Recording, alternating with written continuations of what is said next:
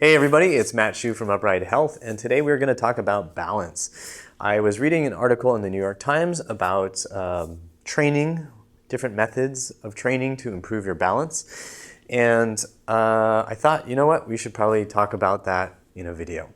So in this article, they were talking about different methods to improve your balance, talked about yoga, I believe they talked about Pilates and bicycling, just talked about a number of things like that, and also the very traditional method of improving your balance by standing on one leg.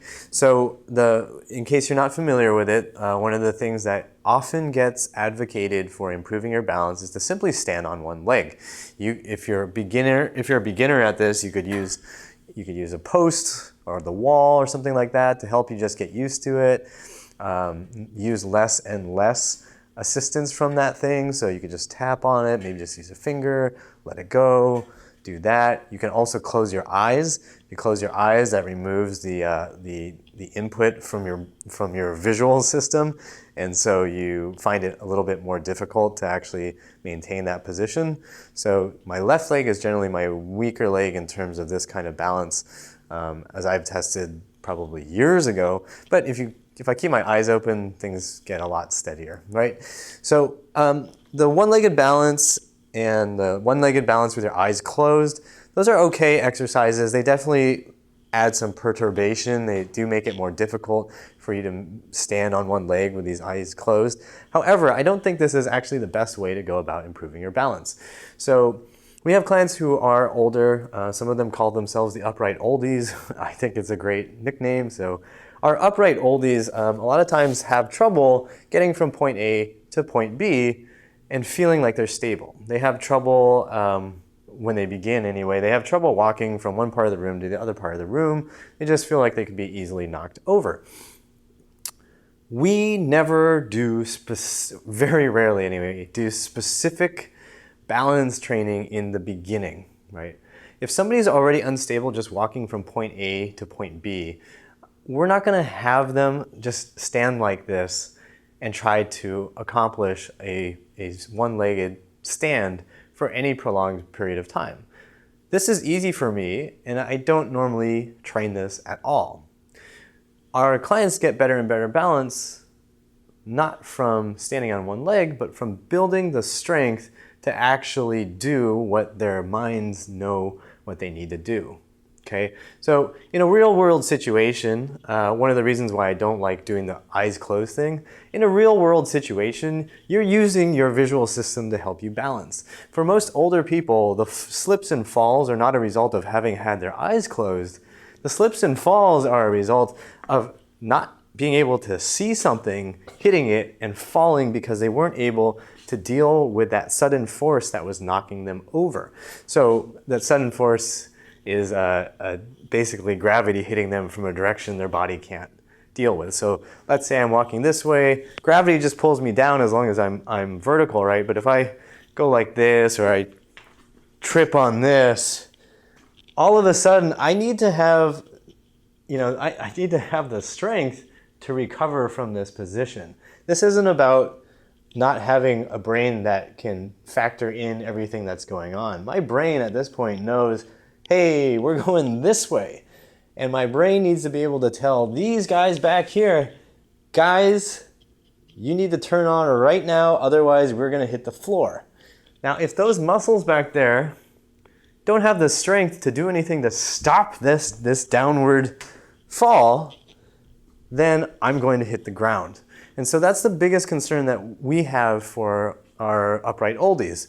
They need to have the strength in their hips, in their legs, to maintain balance. It's not about, have I practiced the skill? It's about, do you have the strength to recover from an awkward position?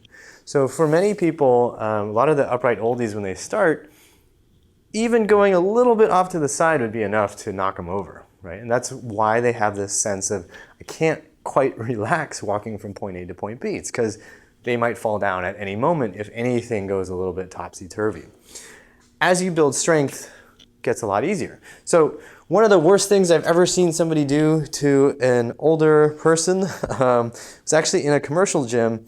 I saw a guy put a lady who was probably 75 years old onto 2 wobble boards, and these are actually just balance pads, but he had her on wobble boards, so she was all over like this, and then doing bicep curls.